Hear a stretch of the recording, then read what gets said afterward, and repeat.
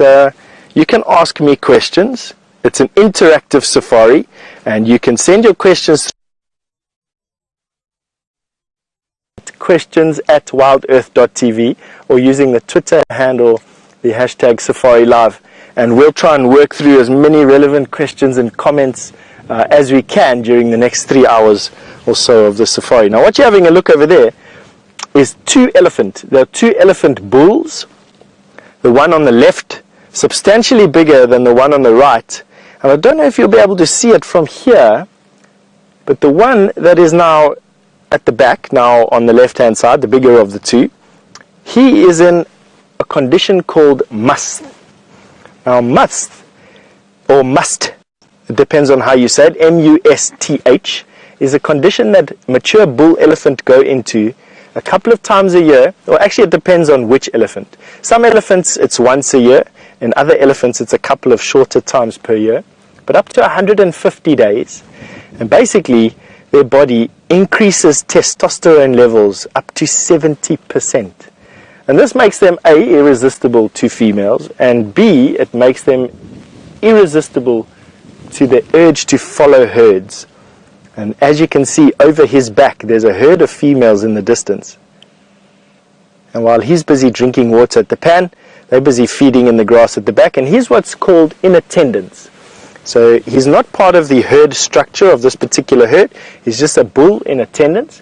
He's a must bull, and he will be quite scary to bulls who are not in must, and he'll be very attractive to females coming into estrus. Now, female elephants coming into estrus will do so for a number of days. And they do that to give the big elephants, the mature bull elephants in musts, in the area, time to get to them. So they don't ovulate immediately. What they do is they go through a bit of a hormonal change, and they will start giving off signs that they are about to ovulate. But they don't ovulate just yet. And what happens there is it drives the males in the area where they are into a frenzy. It gives the time for their pheromones to waft on the breeze and call in all these musk bulls. The musk bulls then will fight for one another for dominance. And the biggest musk bull, he will stay in attendance with the herd until he's either kicked out by another big bull, or he himself gets a chance to mate with that female. Her body's chemistry will change as she ovulates. He will then mount her. They stay together for a couple of days. Her body chemistry changes once again when her egg is fertilized, not ovulated, fertilized, and then he will move off. And that is his job done. And he'll either, if he's still in mutts, carry on to the next herd, or he'll come out of must slowly and he'll go back to his endless wanderings. And in a place like this, we're in the Kruger National Park. The Kruger National Park is a massive, massive piece of land. We're looking at about 3.5 million hectares here. Elephants could literally wander for years and never come back to the same place again. They have what's called a home range.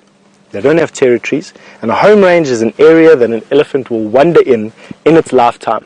You're not going to find an elephant in a home range in the Kruger National Park all of a sudden arrive in Zimbabwe. That's not how it happens.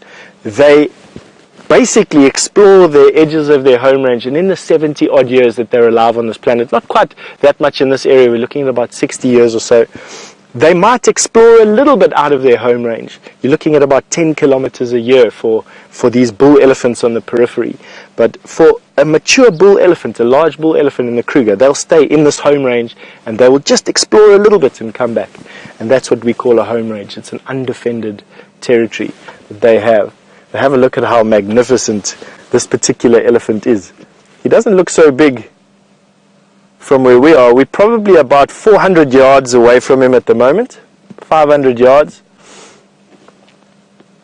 And he's just enjoying the pan.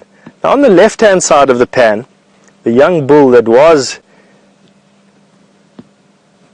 just drinking here, he's been pushed out and they're having a bit of a face-off with the buffalo there.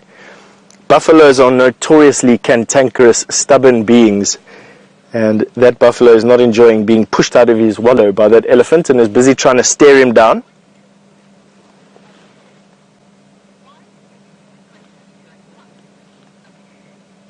So Abhishek's asked me a nice question here about elephants being in musts and their reputation for being aggressive. Now Abhishek, A 70% increase in testosterone in your body, I think, will make a housefly aggressive.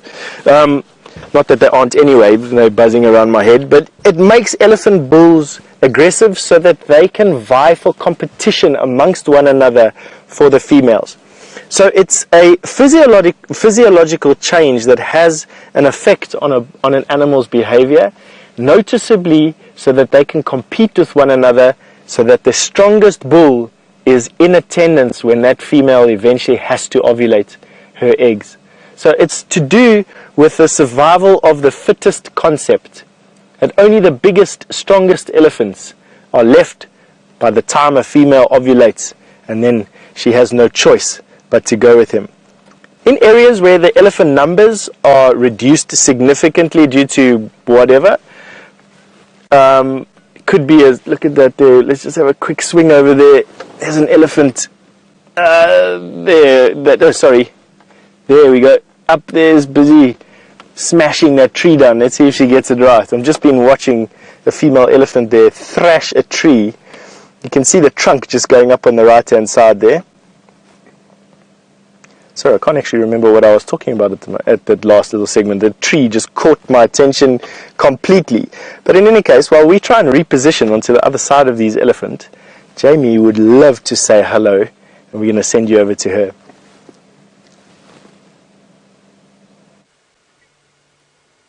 Good afternoon and welcome on our sunset safari, starting off on a somewhat grisly note, I suppose, if you could, oh goodness, call it that. Let's not have another disaster like this morning. But good morning, afternoon. My name is Jamie and I have Dave on camera with me, and we have a dead impala up in a tree. Unfortunately, from our angle, which is a sort of precarious perch upon the wall of a very, very steep incline, I don't see any leopards. Now, if you missed the sunrise safari, there was quite a bit of drama surrounding this particular impala. We had the beloved Sindile and the beloved Mvula competing over access to it. There was a brief and very noisy scrap up in the Tamboti tree before Sindile was forced to retreat, sort of conflict between youth and age and experience. Now, Sindile and Mvula, for now, have disappeared, which at this point was to be expected. I'm still trying to check. We haven't checked from the other side, so they might be lying in the shade somewhere there. However, it was sort of to be expected. There's not all that much left on this particular kill.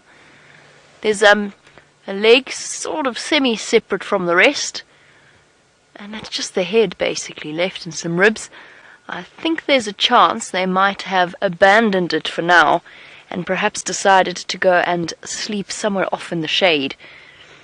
What happened this morning was, what happened yesterday afternoon when Dave and I got here was we saw to our astonishment that Sindile was back with the site of the carcass. Now, just judging from the tracks, the conclusion that Herbert drew when he first found this kill site, was that Sindile actually was responsible for killing the impala just by reading the tracks that had come in. He then said he thinks that Mvula came in from the north and stole it from him. We didn't expect to see Sindile quite so close, but in the end they were actually relatively peacefully sharing the kill. Sindile was feeding down in the drainage line. However, this morning, because there's less meat, there was a bit more competition between the two male leopards. One, I assume Mvula put it up in this tree, just because I think that's the sort of level of experience that he's got to. He's got quite a few years on young Sindile.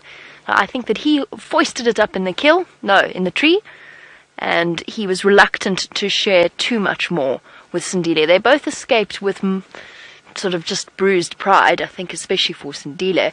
But one thing that we did notice this morning was that Mvula does have some old puncture wounds from a previous fight. So he's been in the wars lately. I feel as though I'm being really silly and that there's going to be a leopard right here. But perhaps both of them have moved off to go and have a drink.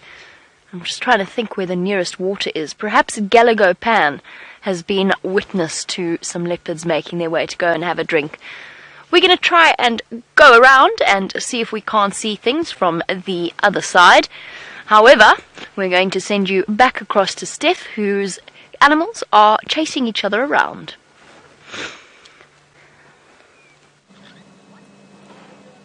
Thank you very much, Jamie. That was very kind of you. And not really chasing one another around. The bull elephant and the buffalo had a bit of a standoff. And now what's happening is I'm seeing that the female elephants are coming down to the pan for a drink. So are we lucky? Hopefully they come and drink right close to this big male elephant that we're with. Have a look at him. He's off to our right hand side over here. And what's immediately noticeable is his floppy ear. Now quite often elephants of this size have this condition. It's not a sickness or an illness. All that's happened is during a fight, he's broken the piece of cartilage that holds his ear up, basically. There's a ridge of cartilage that holds his ear up. And this particular elephant has broken it. Generally, they do that when they're fighting with one another. And it could have happened when he was a young calf as well. Not necessarily now when he's older. Could have been anything. Here the females have just stopped.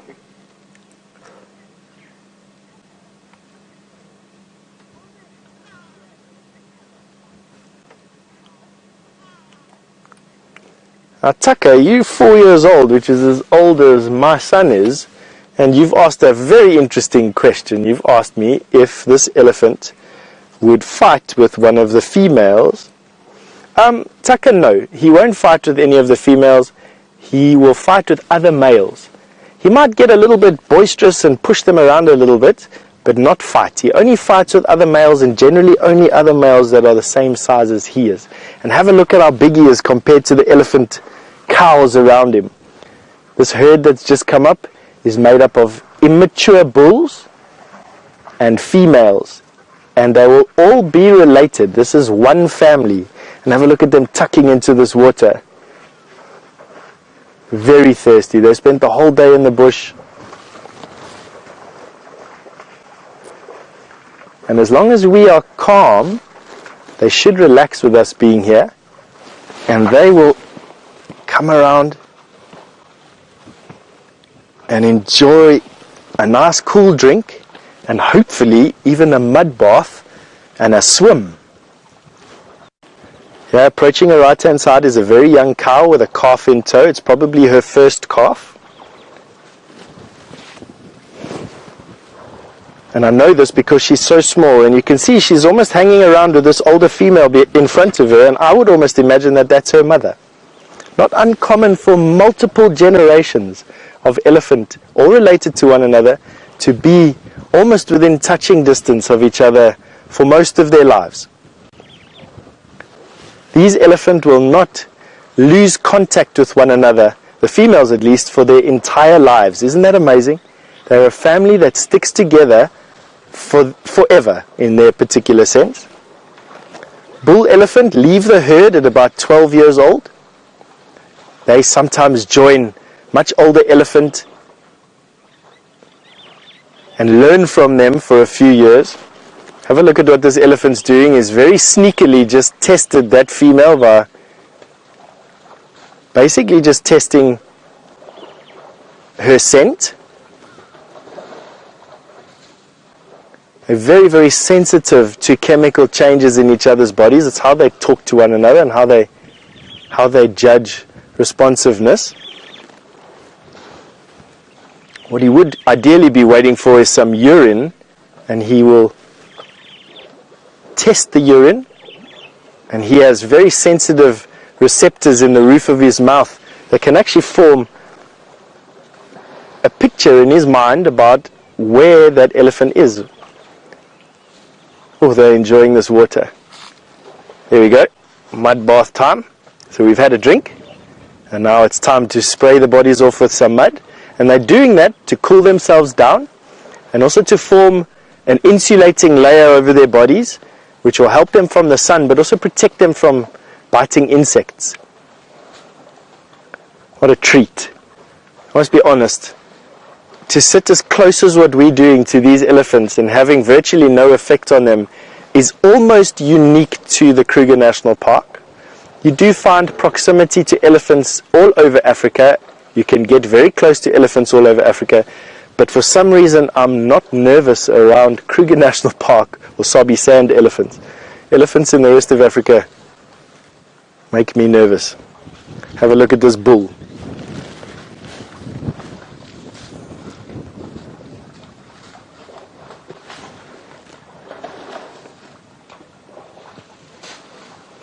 And Kevin, all the way from Oxford, has asked me a very nice question. Are elephants as calm with normal cars, pedestrian cars, as they are with guiding vehicles? Kevin, that's actually a very, very good question. And one that is simply answered by saying it's not really the car, but the behavior of the car that makes the difference. I'm sure that color and that will have a bit of an effect, but to be honest, it's the way that the cars are parked, the way the cars are driven, the way the cars are started and revved and back away. It's the behavior of the car that almost lends a personality to the car. And it's that the elephants react to. Nice question there. Have a look at how much bigger this male elephant is to the females. I'd say he's virtually double the size. And between his legs you'll notice a discharge.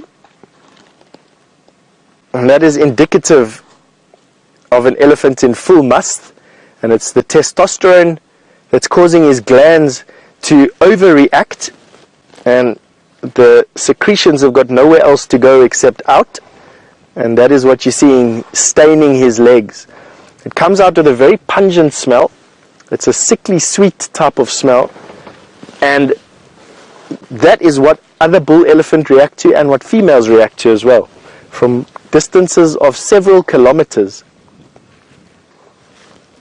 Now what's quite amazing is the fact that these elephants spend very little time drinking here, and I've got a feeling it's because we're in the throes of such an enormous drought. What's happened is that the food value, the nutrition value of all the plants in the area is so low that they literally need to feed now between 22 and 24 hours a day to fill their bellies with enough plant material to make sure that they get enough food to keep going and to stay healthy. And that is my impression of, look at that little Ellie having a dust bath there on the left hand side. Awesome. So relaxed with us that they're all having a bit of a dust bath in the sand there. All the youngsters.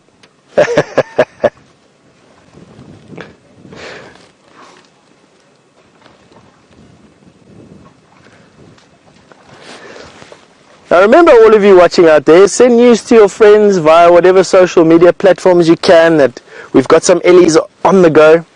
Not forgetting we can answer any of your questions and also make comments. If you haven't seen this before, you'd like us to show something special, comment on it. You don't always have to ask questions. You're welcome just to comment.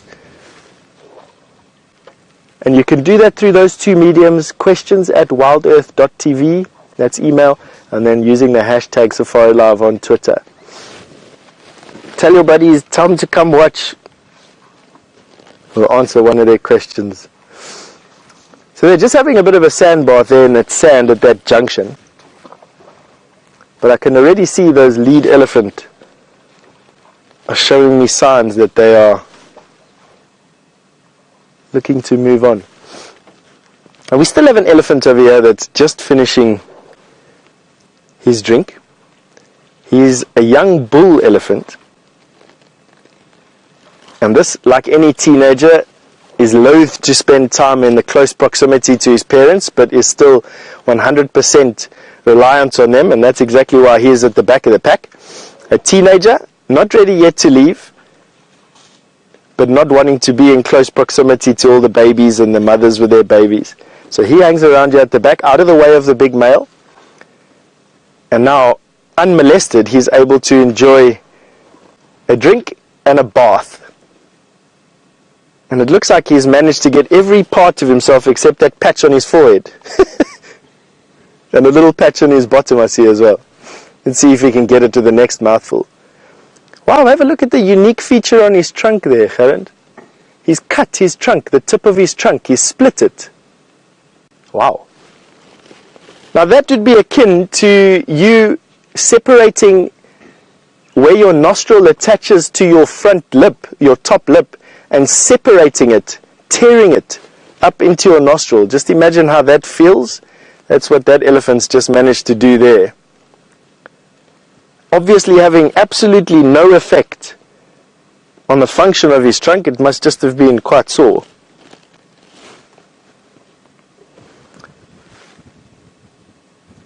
Now let's see what he does. Let's see if he has it in him to walk past that big bull.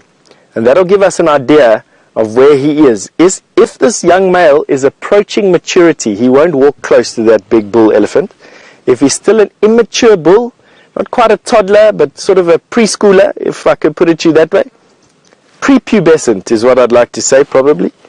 He will walk quite close to that bull elephant. No, looks like he's stopping there and waiting.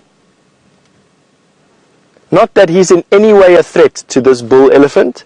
It's just conditioning, genetic conditioning. So that tells me that he is approaching the time when he needs to start thinking about leaving. They leave anywhere from about 12 to 15 years. It's not a definite age. This elephant could be anywhere from, if he's a big elephant, he could be as young as 8 or 9. If he's a slightly smaller elephant, he could be anywhere up to 12 or 13 years old. He looks like he's wanting to pass this big bull. He's giving him his space. You can see he's gone out of his way now not to walk down the road where all the rest of his family has gone. There he follows this big bull. I think we're going to start our car and carry on going with this elephant herd. Let's see if we can follow them a little bit. Also gives my shiny forehead a bit of a break from the direct sun.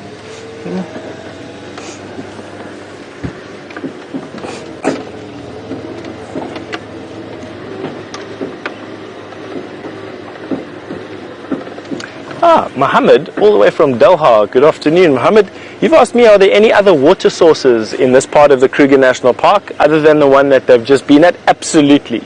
The Sabi Sand is, I would say, well known for having an overabundance of pumped pans. There's one thing that these animals do not lack of in the Sabi Sands here, and that's options to fresh water.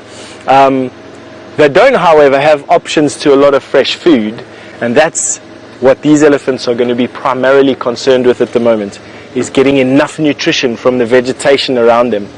They've got a long way to go. There will be, luckily for us, around about the middle of August, which is not too long away from here, there's a flush of green growth and flowers on trees. The knobthorns, a lot of the acacias start to flower. We've got weeping boer beans that flower, shambok pods that flower. A lot of trees push out their first leaves and do a lot of their flower parts, the reproduction of themselves, they do early on in the season. And these elephants will have a slight boost then, but we will only really get rain here in October again, and the grass will only be really lush from about November, mid-November into December. So they've still got a long way to go. I still predict these elephants losing a lot of condition between now and the end of October. We call it hell month out here, and things are going to get dire towards the end of that month.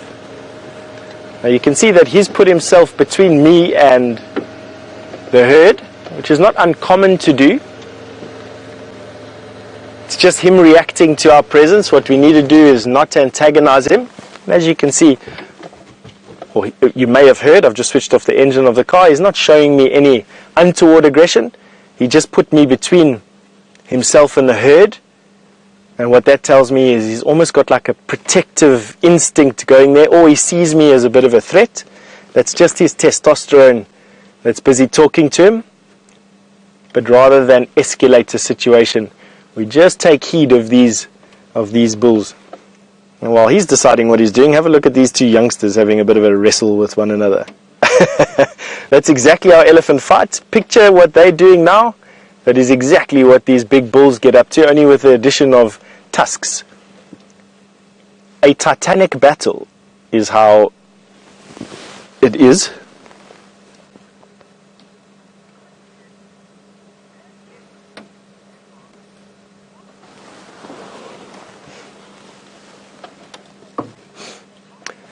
Now, Kirsten, all the way from Denmark, and I'd like to say good evening to you, Kirsten. You've asked me if the bull will fight with any of these calves. No, he will not. He only will fight with mature bull elephant and preferably other mature bull elephant in must. So it's a way that Mother Nature doesn't make these big guys hammer one another just wherever they come across one another. It's literally just mature bull elephants and then elephant bulls that are also in must. So it limits the damage that they do. And really, the mature bull elephants in the Kruger National Park, and I'm talking about 40 to 55 years of age, although there's a few of them, they spread out over the entire 3.5 million hectare. And that is a lot of ground to cover. Generally speaking, a herd of elephant with any females that are approaching estrus in it is usually attended by one, possibly two of these giants in the bush. So it's not like elephant are running around smashing one another up. I think at most I've seen 5 or 6 bull elephant around a particular herd. There was a number of females that were coming into estrus or into season at the same time, and this had collected all these males around, and there was intense fighting for the position, the prime position. But because so many females were coming into estrus, I judged it at about 3 or 4 of them. The competition amongst these males was just something epic. But that's one sighting in 20 years or 17 years of doing what I'm doing today. So it's definitely not a very common sighting that we see. Perhaps in areas where elephant are more numerous. The Kruger National Park has roughly, depending on what report you read, but around about 20,000 elephant in 3.5 million hectares. For example, the Chobe National Park has about 100,000 elephant in an area a third the size. You can go and see different elephant behavior in parts of the African parks that have a different density of elephants in. But here, still too few elephant to have any sort of massive conglomerations of aggressive bulls around herds. Now you can see this male, he's now decided that the females have moved off, and because we're not making any advances on the herd, he's decided to follow them. And that's just the way that we sort of read the animals out here. It takes a long time to get comfortable with elephant, and I must be honest, it's one of the animals that you make your quickest faults with. They will lull you into a false sense of security, and then quite often young guides have very big frights from bull elephant or female elephant in tight areas. Bull elephants are not shy about walking into camps and coming to drink out swimming pools, and quite often young guides cut their teeth, so to say, on learning how to deal with elephants on foot in camps. And in vehicles, obviously you don't want to get close on foot to a herd of elephant, but in vehicles you can get yourself into some very sticky situations quite quickly with elephant herds in very thick bush. And quite often you find guides making mistakes and getting big frights. In actual fact, I'd go so far as to say that almost every guide that I know of has a scary experience with elephant, and it happened in the first 2 to 5 years of their guiding careers. Have a look at that youngster playing on this pile of sand. We actually just had the overflow of Buffelshoek Dam fixed. There is every indication that we have a La Nina effect brewing over the western continent of South America. And what we've done here is we've managed to upgrade the dams. We've helped the dams with the potential of holding a bit more water if we have a high rainfall year, which is predicted. But anyway, we'll talk about more of that, I'm sure, later on in today's show or at some other point. And what we're going to do now is we're going to send you over to Jamie, who's got an update on those cats for you.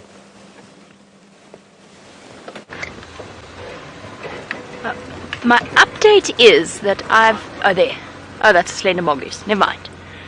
My update is that I found one of the leopards, and I think I found Sindile. Once we double-checked this whole area, I was just out on foot double-checking into the drainage line, and I walked along a little bit, and I just saw a tail disappearing in here. I think he's feeling a little bit skittish on foot, so I'm speaking nice and softly, and I'm just going to wait for him to relax a little bit. Don't think he would have gone too far. He would be somewhere around here. I think we just took each other by surprise ever so slightly. So we'll just wait here and see if he doesn't pop out. So we're a bit further away from where the kill is. He was sleeping in the shade, and my first time actually encountering Sindile on foot since he has returned back to the Sabi Sand.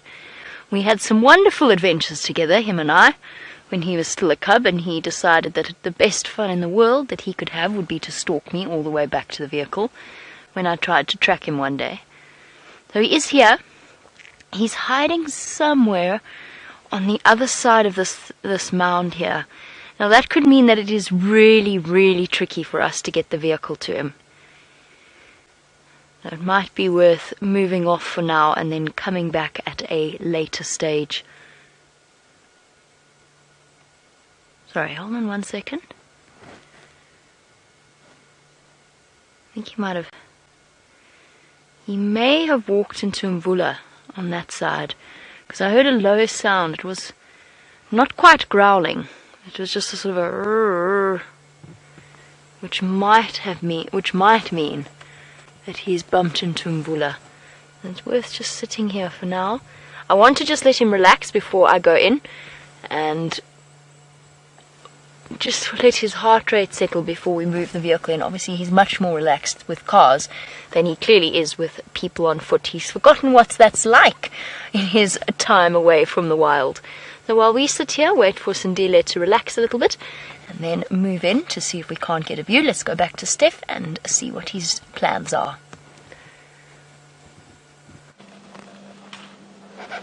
Well, I must congratulate Jamie on finding Sindile on foot. What an awesome experience. Finding leopard on foot must be one of the most exciting experiences you can have as a guide, and I'm quite happy for Jamie. Inside, a little bit jealous as well. These ellies have moved off into a little bit of thick bush, but underneath the Vuyatela Dam wall, which has given us an opportunity quite unique, or rare, not unique, but quite rare, to actually be above an elephant. Can you imagine? And that's what we've got here, is we are above this full-grown female. And although it's not that amazing, it is rare to be above these ellies. I just have the most wonderful time with elephant. To me, they sort of epitomize everything that Africa is for me. As savage, as colossal, as sad in some instances, or tragic, I suppose is the better word. As susceptible to our sort of encroachments and fetishes. But that's getting a bit melancholy. Have a look at this. We've got a female elephant literally 10 or 15 yards away from us. Calf in tow. We are standing at least double as high above her as what you're likely to get anywhere. And we get a nice chance to see what she's choosing to eat. There's not much here, I must be honest with you.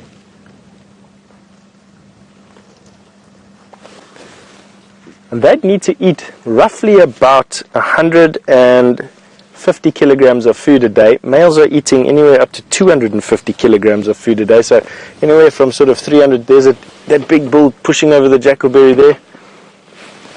Let's have a look over there. They can reach 5.5 meters into the sky. So what would that be? It'd be about 17 foot into the sky with their trunks. And they can actually stand on their back feet. But because of their strength, they hardly ever do that. Instead, choosing to do what you're witnessing now, and that's bring the leaves down to a more acceptable level by pushing them over.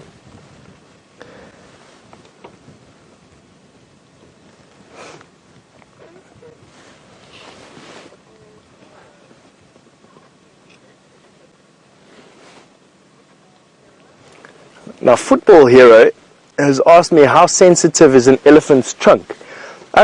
Quite sensitive, Football Hero. If you have a look at this elephant on the right-hand side here, the one with the mud on its face, and we zoom in on the trunk, you'll be able to see a lot of hairs.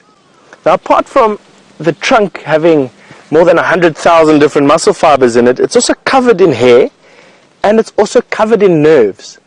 An elephant can feel incredibly well with the tip of their trunk. I would almost liken it to how sensitive your lips are. So if you think about how light a touch you can distinguish using your top lip or your bottom lip, and the temperatures that you can distinguish, and how you can discern shape and texture with your lip, that is about as sensitive as the end of an elephant's trunk.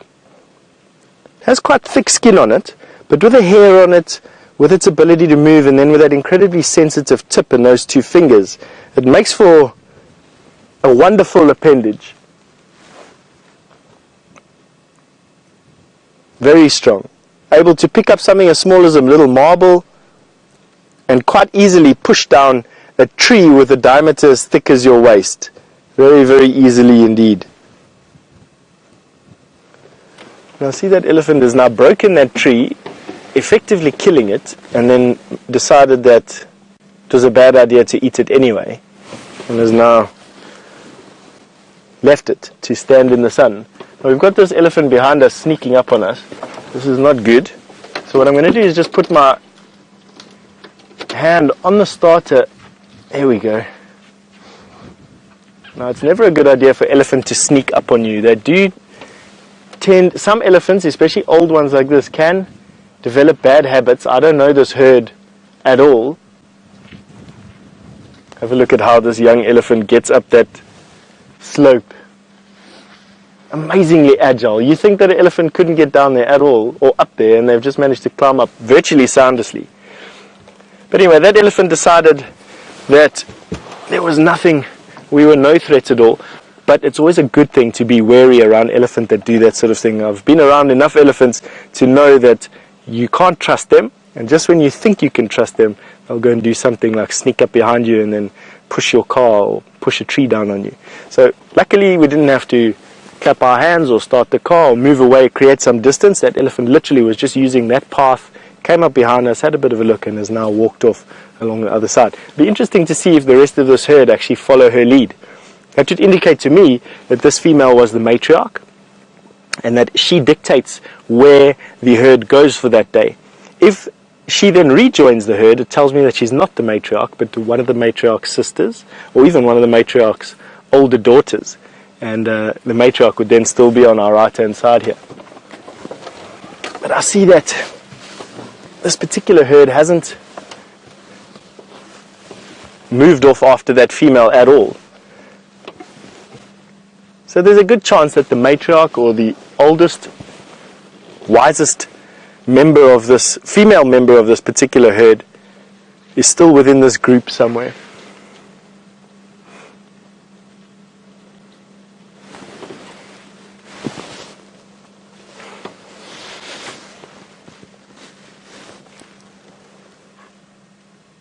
Yes, there are a lot of calves here.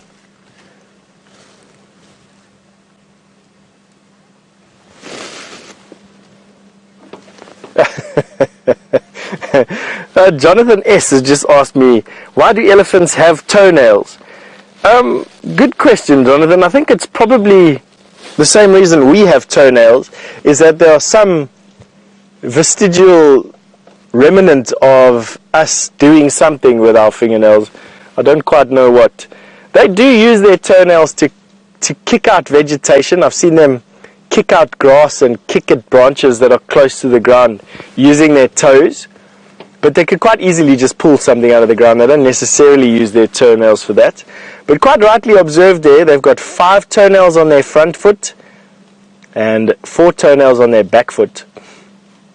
I suppose from a physiological point of view, an elephant's foot doesn't just end like you see it in a bone there. An elephant's foot actually ends in fingers.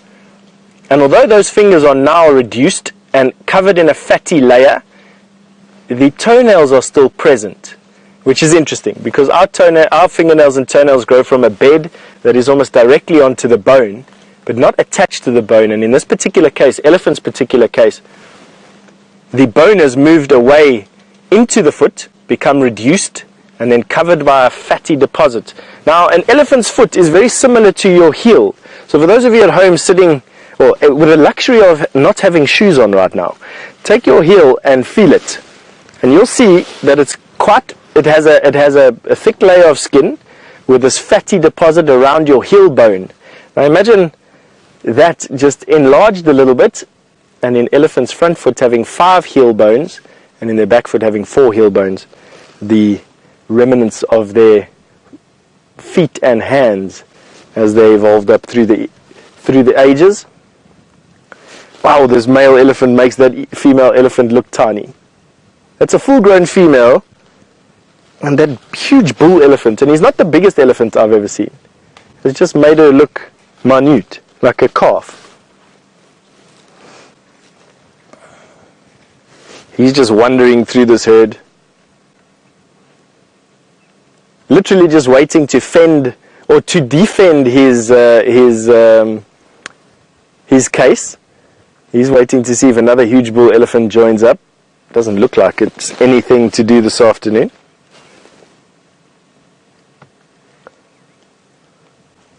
It doesn't look like he has much to do this afternoon.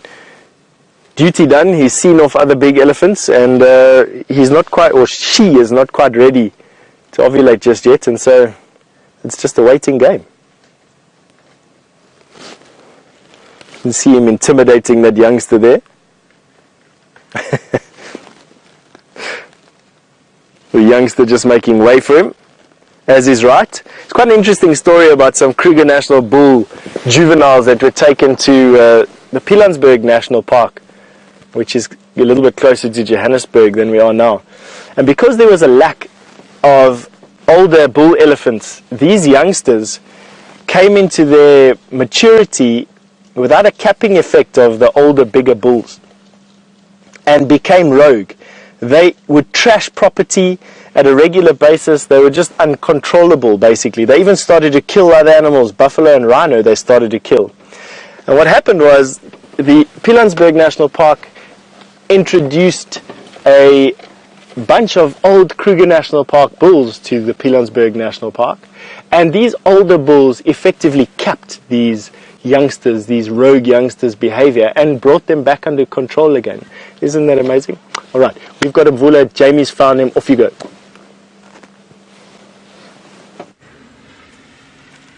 We have indeed found Mvula, lying right up in the open, completely unexpected. I have to confess, I nearly drove right past him, and he's not exactly difficult to see. He's not a small leopard. However, he has just decided to reposition himself in a deeper patch of shade, so bear with me one moment as we reposition and get a view of his beautiful face. What a lovely surprise. That was definitely not where I expected to find him. I thought he was going to go south, but I think that's where Sindile went. It was definitely then Sindile that I saw disappearing off. In that case, let's have a look at the lovely Mvula, the leopard with the most amazing eyes. I've been trying to think of a suitable description for a long time. Oh dear, I have a very large branch underneath my car. I don't think Mvula is going to be terribly chuffed with that. Hold on a moment. Let's try and rid ourselves of it. There we go. Here we go. Should be done. No! Oh no, it's still attached to us. It's okay, we'll just we'll keep a slightly wider distance from him and not coat ourselves and him in dust. Here we go. Hi boy. Dozing sleepily in the afternoon shade, and it is actually a surprisingly hot afternoon. I know that Steph has discussed this already. Surprisingly warm out here for the middle of winter, and Mvula is sleeping off one very full belly, which will also be making him incredibly warm. The digestive processes of these predators tend to create heat more than anything else. So there he is, the male leopard known as Mvula, just reaching the age where he is no longer necessarily advertising or trying to hold a territory. He's been largely pushed out by a male called Tingana. But a couple of years ago, in fact a year ago even, Mvula was the undisputed king leopard of Djuma and the surrounding areas. He is definitely starting to show some signs of age. He's broken off a canine. His bottom right canine is completely broken. I saw that the last time I was here. And he's starting to get a bit scrappy around the ears. Ah, there are those eyes. But his recent mating exploits with a leopard called Shuluva, as well as his sort of victory over Sindile, although Sindile is not even 2 yet, so it doesn't really entirely count. Mvula still has, I would say, he's a good 20-30 kilograms heavier than Sindile, which is close to 60 odd pounds. But he has done very well for himself, and he's been sticking around in this area for the last couple of days. He's got a few fresh injuries around his neck, or fresh-ish injuries around his neck.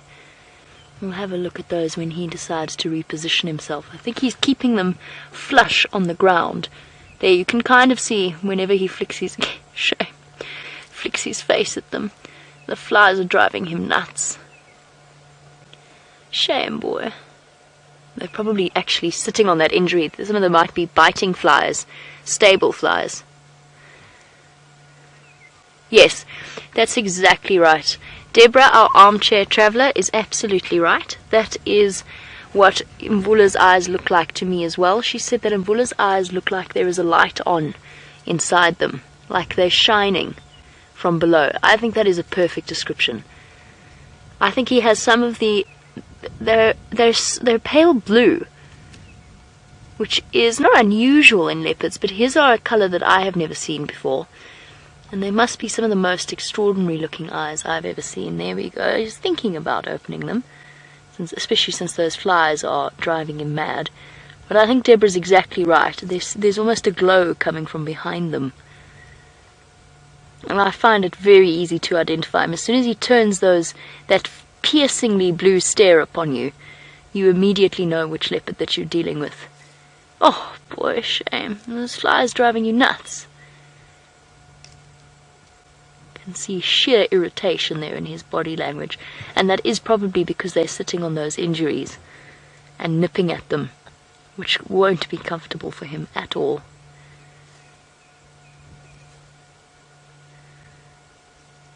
Shame. I think he came to the top of the crest here, out in the open, in the hope that perhaps some of the wind that was blowing earlier would deter them. But that hasn't been the case. And I don't think that he's going to lie here throughout our afternoon safari. He's very, very close to our northernmost boundary, which means that at some point he might get up and move to the north. Taxon's just checking the Galago pan for us quickly to check and see whether or not Sindile has popped out there. I'm almost certain that he's going to. He's probably going to go down there and have a drink. But I will check up on the carcass at a later stage to see whether or not he has come back. Just wanted to give him some time and some space to relax a bit.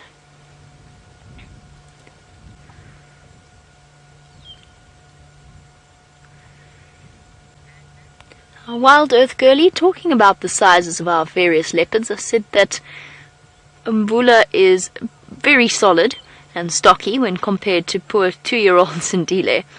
However, he is much, much smaller than Tingana and Anderson male. Now, Wild Earth girlie wanted to know how Mvula compares to the Anderson male.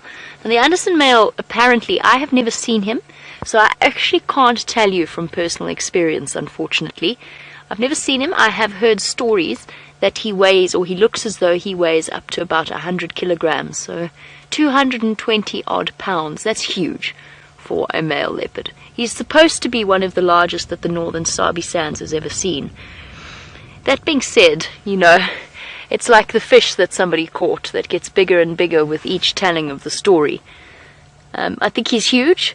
I think he is bigger than Tingana, and Tingana, I know from personal experience, is bigger than Mvula. But again, you're probably looking at a weight difference of about 20 kilograms, 44 odd pounds between the two of them. The one thing about Mvula is that he's quite short at the shoulder.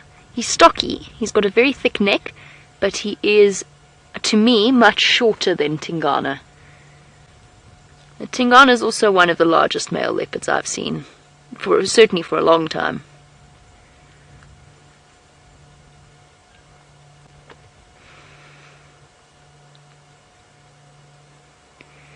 The thing that I enjoy so much about Mvula is that he is so utterly relaxed with people around him. Now, there's a wonderful story for those of you who were familiar with Scott and Nikki, who were a presenter-director team and couple that left us in February. Yes, it was February. And there was this wonderful story. Now, Nikki had the most, for a director, I mean, she used to sit and watch the screens, obviously direct the show, but Nikki also had the most phenomenal instincts in the bush. And she went out with Scott on a game drive in the middle of the day and said to him that she thought she'd seen a leopard. And I'm not quite sure why she was doubted, but they didn't believe her. Then they went and checked Buffelshoek Dam and walked around there or did whatever they were doing.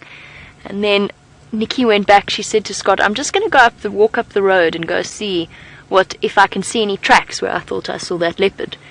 And she was bending down and she looked up and she went to call Scott because she'd found a leopard track, and she said she looked up and 5 meters away. Now 5 meters is close. I'm again not sure if it's like the big fish kind of story, but I believe her. 5 meters away, 15 feet away, was Mvula lying there looking straight into her eyes. Imagine that feeling that she had. We do have some incredibly marvelous experiences. There, those eyes, those piercing, pale eyes. And there's the wound, sorry, just before he turns too much. An injury on the side of his neck. He's just given us a little bit of a view. And then this light, his eyes look yellow. So interesting. Okay. Puff of dust. As Mvula goes there, now you can see the light blue. As Mvula goes back to sleep, let us head back across to Steph and his elephants.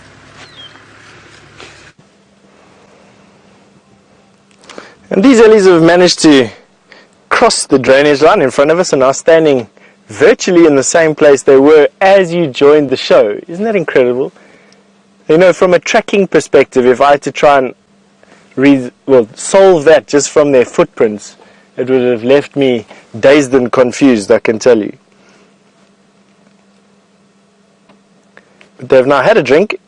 They've spent some time in the drainage line, chewing on 1 or 2 trees, not really making much of a meal of anything.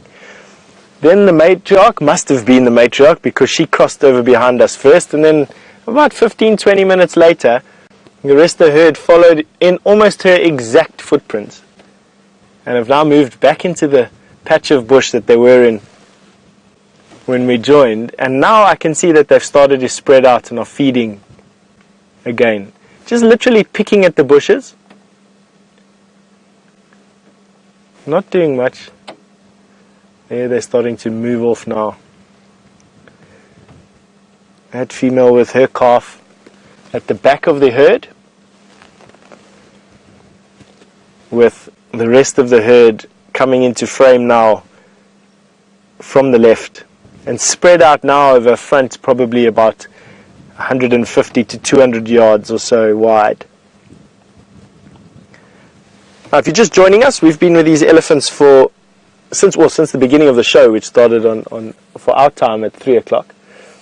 And they've had a drink and now they've moved off again. And we were just saying how they had a very quick drink and then moved off to feed, and how much food these elephants are needing to put into themselves on a daily basis to maintain the correct or healthy energy levels, and how difficult that is at this time of the year because of the poor nutrition of all the bushes that they're eating at the moment.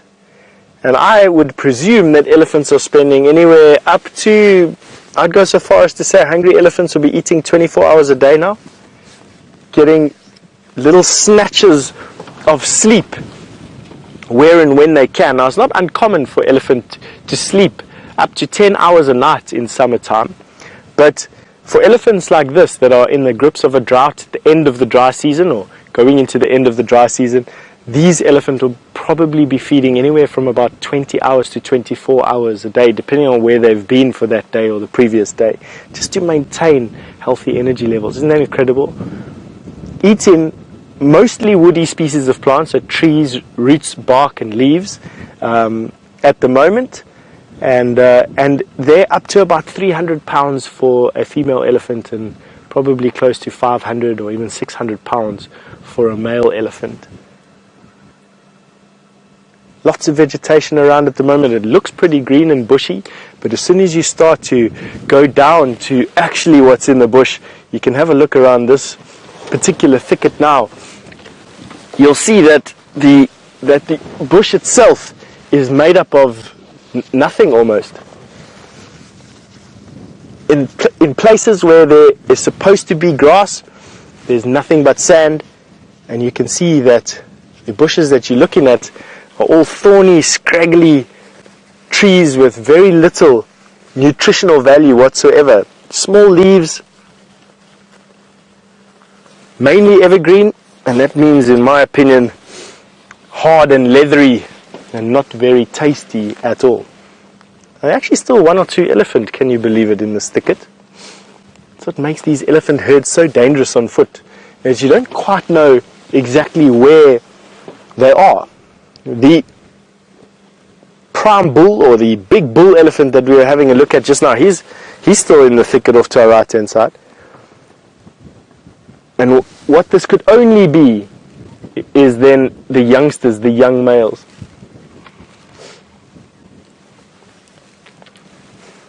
Donna's made an interesting comment, and Donna, you said you're always amazed at how quiet these elephants are when they're walking through the bush. You're 100% right, Donna.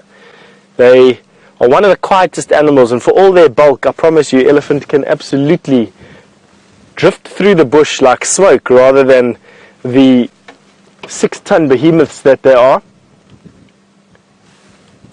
And all down to their feet. Big, round, dished feet.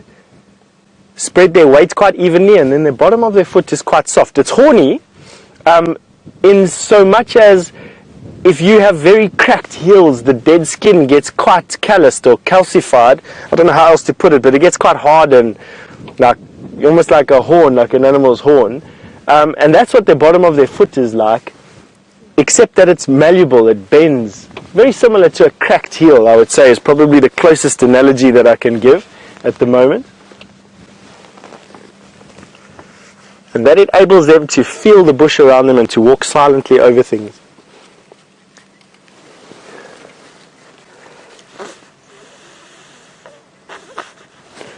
The football hero, you're on a roll today asking me about elephants, and you've just asked me, and nicely so, you've just asked me what is the average size of elephant herds here in the Kruger National Park. Now, elephant herds in the Kruger Park will vary between about 6 to 12 individuals, with the average about 8 to 10, 12 individuals, all similarly related. But they can form agglomerations. You do find sisters that are matriarchs will group together to share a resource, and there you can get elephants numbering up to 100. Can you believe it? The most I've ever seen in the Kruger National Park was about 120, 130 elephant together. But there are historical events of elephant creating super herds with one another, and then you get up to 1,000 individuals. Isn't that amazing? I think the largest collection of elephant that I've ever seen has been on the Chobe River in October. The Chobe River separates Botswana from Zambia. And there the elephant gather around water, which is the resource, the poor resource in that area. And there you find, I don't know how many elephant. I would easily say that I saw in one day maybe 20,000 elephant from one vantage point. They look like buffalo, a never-ending sea of elephant from one of the vantage points on the floodplain. And yes, I would say easily 20, 30,000 elephant. Wow, there's something happening off to our left-hand side. Excuse me for swinging away from you like that, but these elephants just started to scream.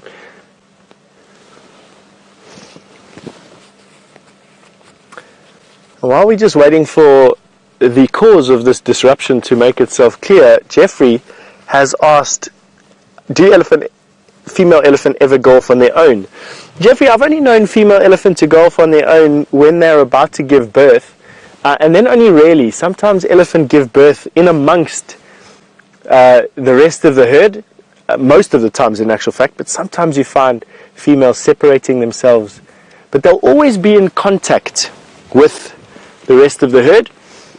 Female elephant, or elephants actually can contact each other using something called infrasound, which is ultra low frequency sound that they can send out into the bush around them. And in openish areas can be heard up to 10 kilometers away, 6 miles away. Can you believe it? So even though you might think a female elephant is on her own, she's still in contact with her herd, with her natal herd. Very uncommon for an elephant that's not injured, of course, or sick, to be left behind by a herd of elephant. In actual fact, I'm thinking now, it's only really sick or injured or stuck in the mud where I've seen elephants leave family members, and then always it's very distressful for them to do that. You can just see it creates a nasty disturbance. Alright, and I think on that note, and while we wait for whatever to happen, Jamie has got Mvula, who's lying nice and flat for you to have a look at. Enjoy him.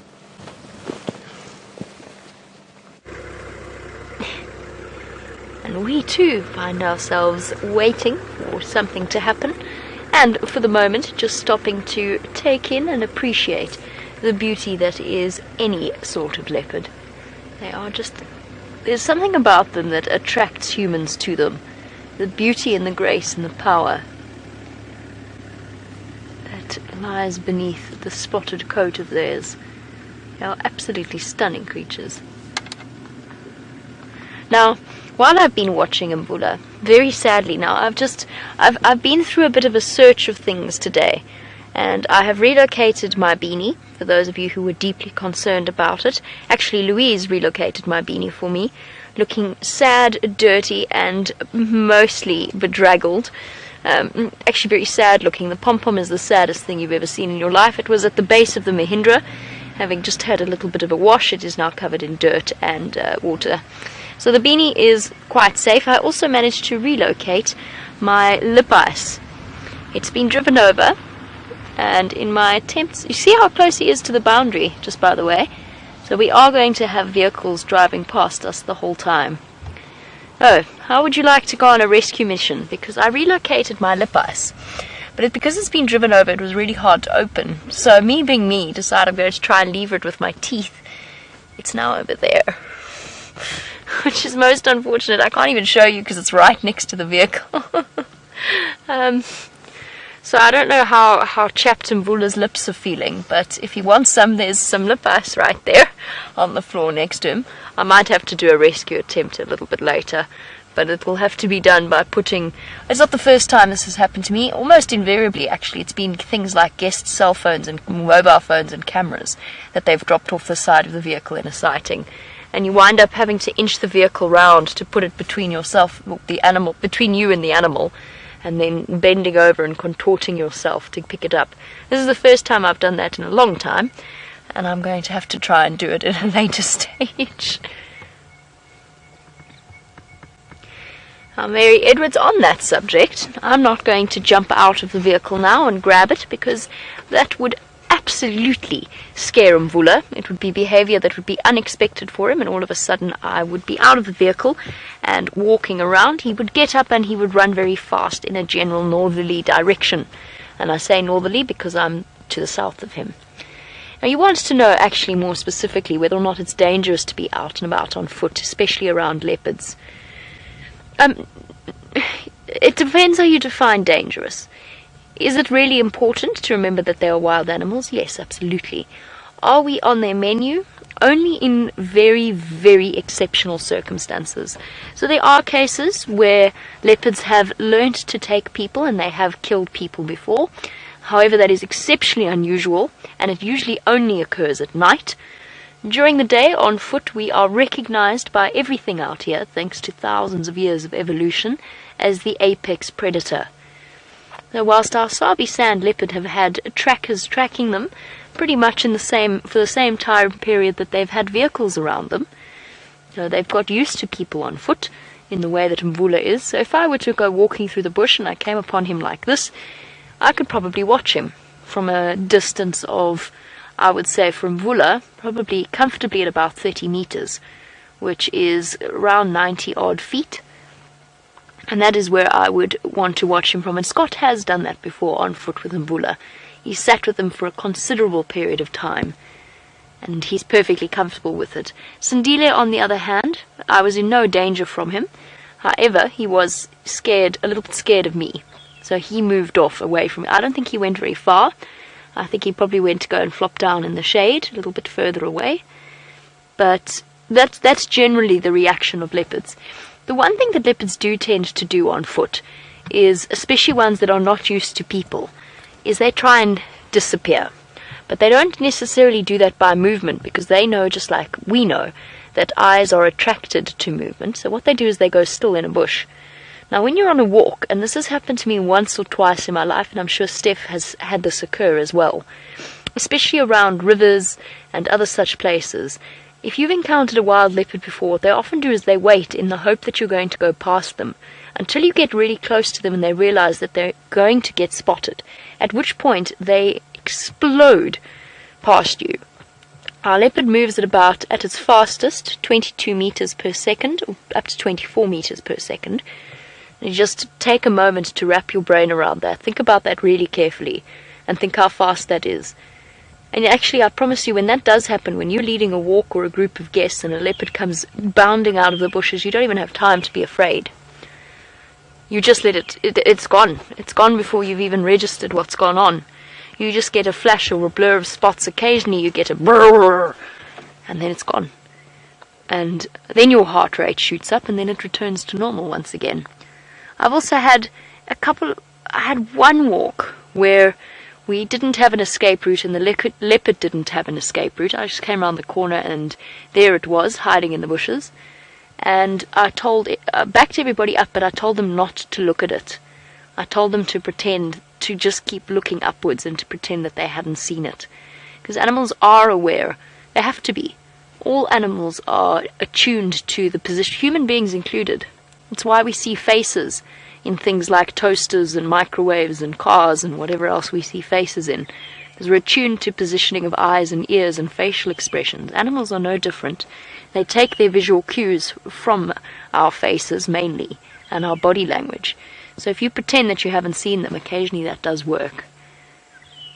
But no, we are not in danger of being on foot out here, as long as we constantly remind ourselves that these are wild animals, and no matter how well we think we know them, we don't ever push it to the point where we make them uncomfortable or ourselves uncomfortable. Sometimes you stumble into something. That is bound to happen. You can imagine, there's only, just by sheer statistics, there's only so many times you can walk through the bush without encountering something before you stumble upon a buffalo or an elephant. And far more dangerous than leopards are things like hippo being the most dangerous. Buffalo also can be very aggressive, and elephant. And leopard, in terms of the greater scheme of things, I'm talking, do you mind? Don't even know where you are. Oh, hello magpie shrikes.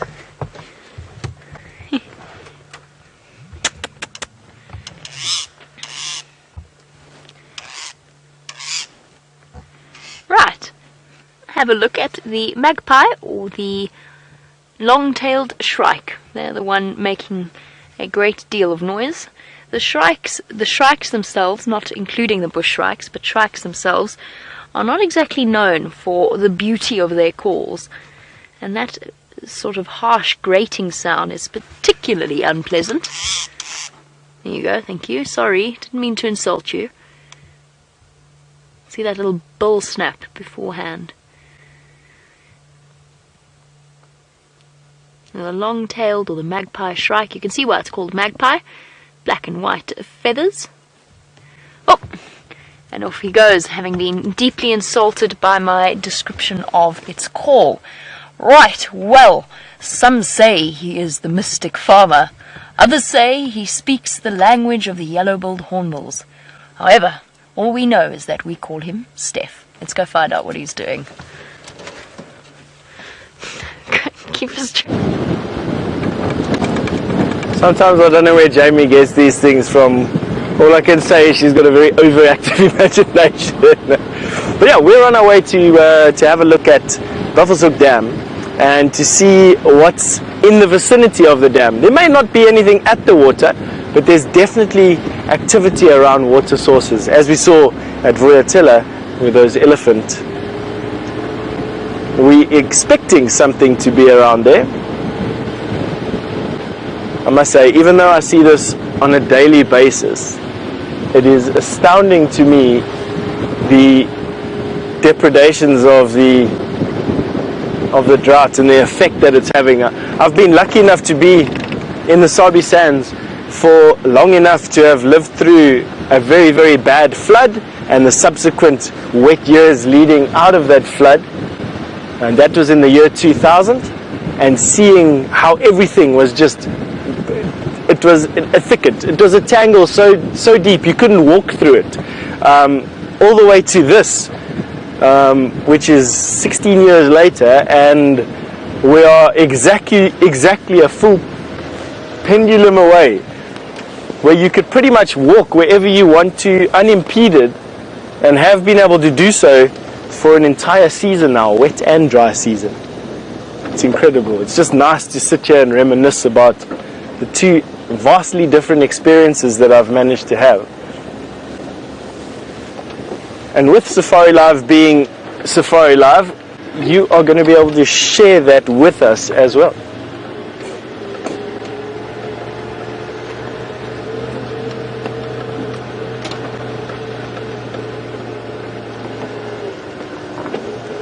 Now, Kevin, you've asked me an interesting question about the Transfrontier parks, and you've wanted to know how long has the Kruger National Park been open to Mozambique, and has it had any effect on the animals there?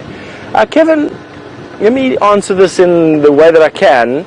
I can't give you an exact date of when the Transfrontier's border opened. I do know that it was probably in the early 2000s somewhere. I'm going to leave it at that until I can absolutely confirm what date it was. And as to the effect that it has been having on the animals around there, Mozambique was deprived of animals during an almost 30-year-long civil war, where people had to live off of the land and were forced to live off of the land due to an incredibly bad civil war there. And what we saw was just this massive reduction in animal populations. And so the Transfrontier Park was to open up the Kruger National Park's abundance, or apparent overabundance, to Mozambique, to allow animal populations to re-establish themselves there. And I'm happy to admit that friends of mine who have traveled into that part of Mozambique, and close to a dam called the Masingir Dam, have said that they've seen multiple sightings of lion, healthy populations of sable, rhinoceros even, elephant, rhino, lion, leopard, cheetah, wild dog. They've seen some brilliant sightings of that. So it's working, you know. It's re-establishing themselves, and quite amazingly, in that in the 100 years before, in 1903, there was a record of a footprint of an elephant in the Kruger National Park. That was the only footprint in the Kruger National Park. That was the only record of elephants in the Kruger National Park. And in 1905, 3 bull elephant walked across from Mozambique into South Africa, into the Kruger National Park, thereby seeding the current population of elephants. 100 years later, in a 30-year civil war, South African national parks, the Kruger National Park, is seeding deprived areas in Mozambique now. Don't you think it's wonderful? For whatever reason, animals leave, come back, and it's just nice to know that we've got this sort of cycle and we're able to balance these things out. But we're now at Buffelshoek Dam, and we don't have much to show, barring a hippo, a terrapin, and a grey heron, and some blacksmith lapwing. And I'm sure the longer I sit here, the list is just sort of going to endlessly grow.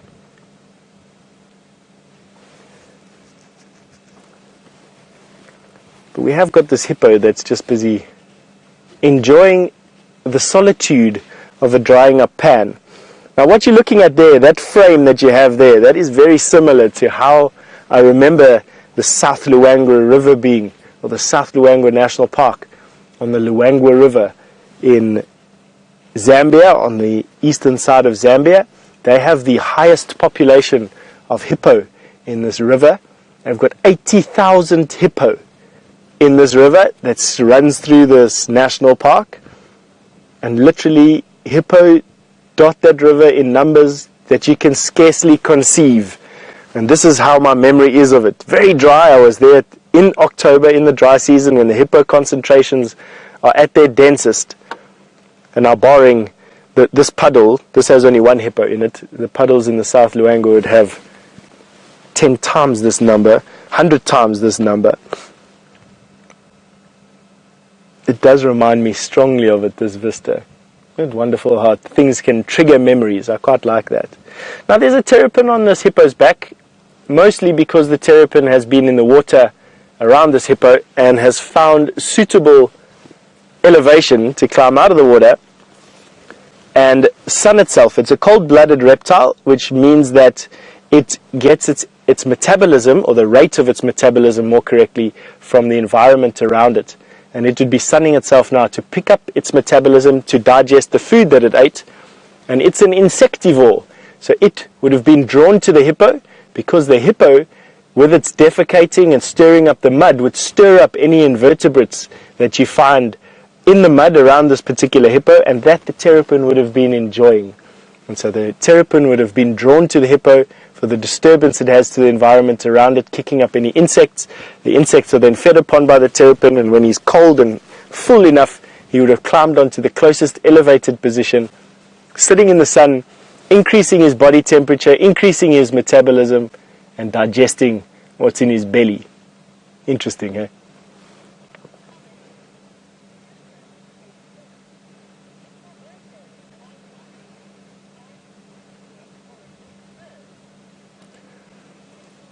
Cameron, you are 7 and it's your birthday today, and you have asked for a big bird for your birthday present. There, you got it. Firstly, I want to say happy birthday. That's rightly deserved. Hey, and from all of us here at Wild Earth, I'm sure we are celebrating, or we will be celebrating with you. With a little bit later, we'll cheers you with a glass of apple juice over the fire. But there you have a big bird. That bird is probably about as tall as what you are, Cameron, when it stands to its full height. So if you go stand against the wall and you stretch yourself out against the wall and put your hands on top of your head, and then you walk away and you have a look at how tall that is from the floor to your hand, that is exactly how tall that bird is, the grey heron. Quite a common bird around these watering points. It has a black-headed heron as a cousin that you find only in grasslands. This particular heron only enjoys the wetter, marshy areas where it hunts for frogs and snakes and other reptiles. You also asked me, Cameron, for a snake. They are tough to find this time of the year, unfortunately, and that's because they're all going through a little bit of a sleep, not quite a hibernation, not quite an estivation, but they're going through a bit of a lull in their activity, and it's restricted almost solely to the hottest parts of the day, in the middle of the day. And by now they would long ago be in their hidey places for the evening, and so quite tough to find. On foot it might have been a little bit easier, but with me in a car, difficult. But I'm glad we at least managed to get one of your wishes. So from me, at least to you, happy birthday. Let's go a little bit closer there to that end of the pan over there. There's a few birds that are winging it in to have a drink, and it seems to be the place to be, actually. Now it's funny, birds are drawn to other birds. You find bird parties around, and I think what happens at the watering points, birds find comfort in numbers, and will quite often be drawn to where there are other birds to go and have a drink. And I think that's what's happening here. It'll be good for us to sit here for a few minutes and to see what else comes in. At the moment we've just got a blacksmith lapwing and a Cape turtle dove.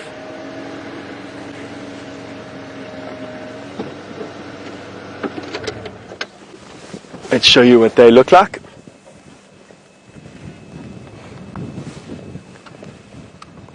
That is the blacksmith lapwing, the black and white bird, and the Cape turtle dove. Now while we are waiting for more birds to come winging into this particular drinking spot, I'm going to send you over to Jamie and that beautiful cat Mvula.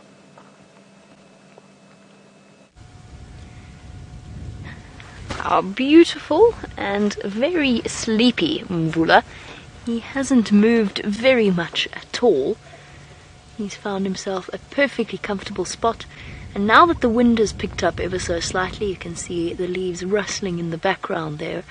He seems to no longer have quite the fly problem that he did initially. He's definitely come to the right spot in terms of escaping them. He sent a few of them to me, actually. I don't know how Dave's doing, but I've just had about 5 try to fly up my nose.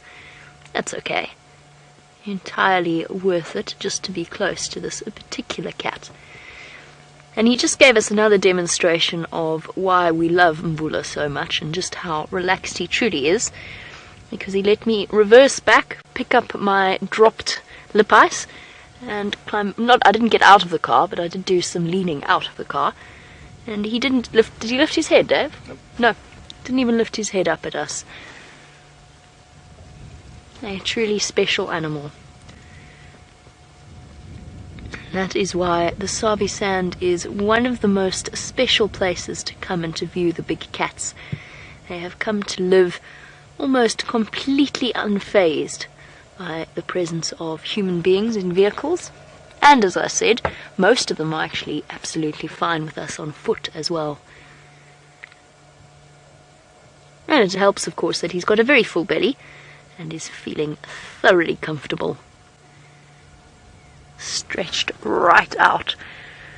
To give you an idea as to the length of a leopard, from his head to his tail, if I were to go and lie down next to him, well, I mean, he's not quite that tolerant, and I'm certainly not going to go and do it, but if I were to go and lie down next to him at my 5'7" length, he would probably be a good foot longer if I stretched out right next to him, including his tail, of course.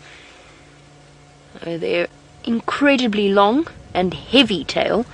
I've been fortunate enough to deal with sedated leopards before, and that tail is very, very heavy. As I said, it's heavier than it looks, and it serves a very important purpose in terms of, first of all, conveying the mood of a leopard, and then secondly, acting as essentially a balancing rod whenever they are climbing up in the trees or when they're chasing something, but mainly for tree climbing.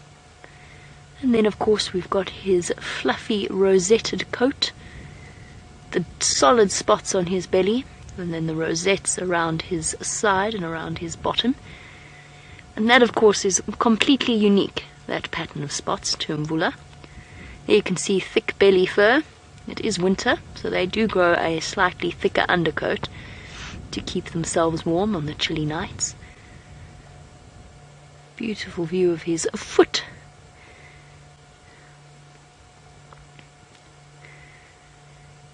Oh! There you go, there's a hole in his paw.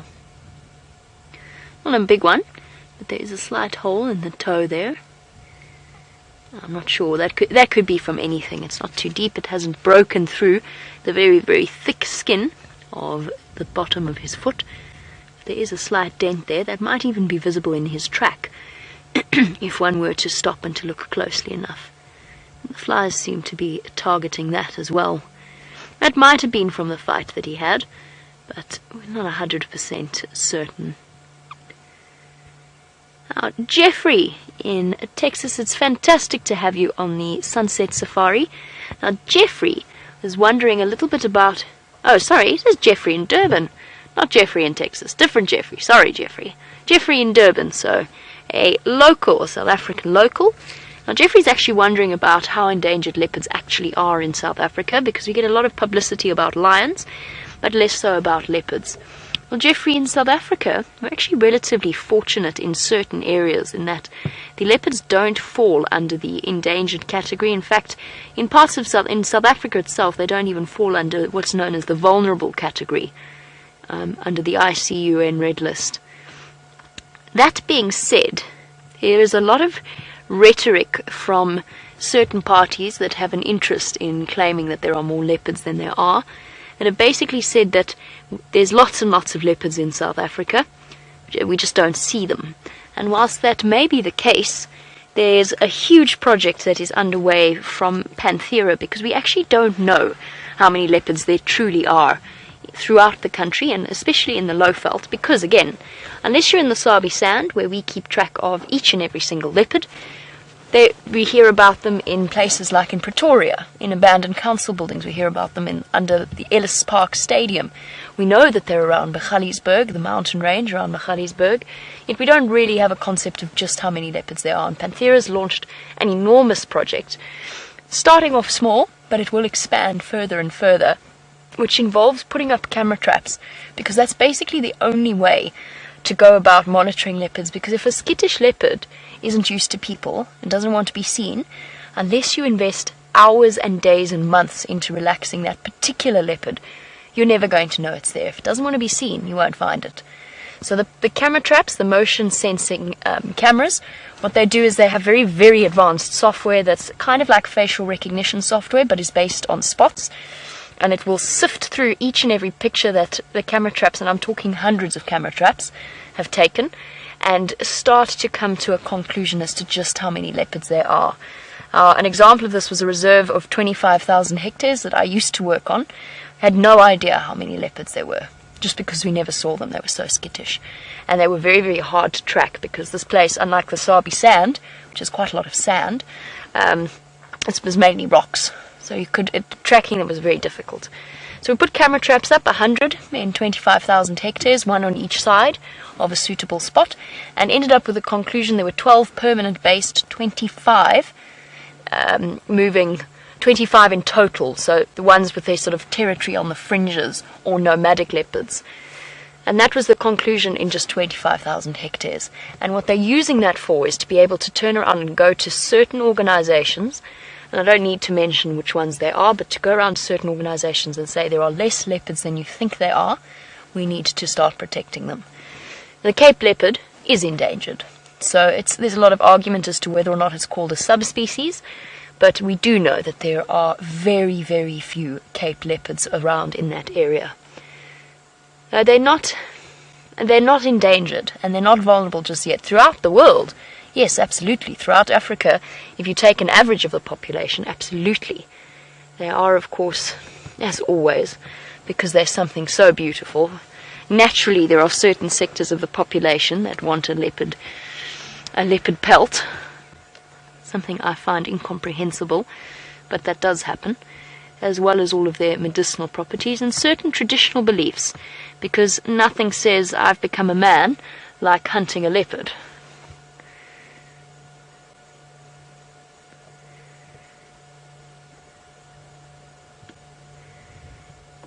It is something that is very sad. Luckily, there are lots of places like the Sabi Sand, and fortunately for them and for us, leopards are very, very good at keeping themselves secret and safe.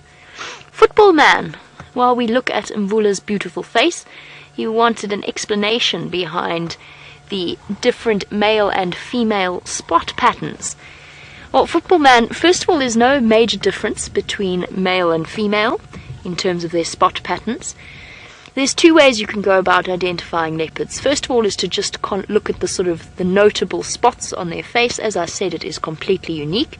However, the more traditional way, hold on one moment, Taxon's calling me, and this is a bit of a complex explanation, so just bear with me. Standing by.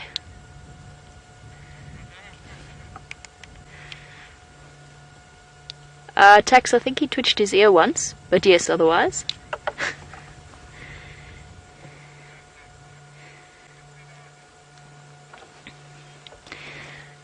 Copy that, will do. I might go back and check that bumper just in a few moments, just to see if that young daughter's come back. Taxon wanted to know whether or not Mvula was still flat. And you heard, naturally, of course, you heard my response. Sorry, football man, I apologize for the interruption. I thought Tax might be calling me to tell me that he'd located Sindile, but he just wanted to know whether or not Mvula was moving. So the spot pattern, the traditional way in the Sabi Sand and most research organizations, is to look, there we go, at the top row of spots on around a leopard's whiskers. So there you can see, look closely. Oh, beautiful eye. And gone again. See where he's got the white whiskers sticking out of his face. Now go upwards towards his eye. There's 3 spots in a row there. and those are the whisker spots that are used to identify them. Now, in both males and females, the leopards can either have 2 spots there, 3 or 4, and taken from right to left, they are therefore known as for example, a 4-4 female, or a 3-4 female, or a 4-3 male. It will differ from their right side to their left side, and that is the way that we go about having a look at or identifying them. Then from there, it's because, of course, there's a limited number of combinations you can have, and naturally you might end up with 2-3-3 males in an area close to each other. If that happens, then they are usually named after the area that they're in. So if you get to that point and you've got 2 leopards with identical spot patterns, then you look a little bit further afield and you start looking at their other identifying features. Look at Mvula's ears. Sorry, before we go too far away. Look at his ears.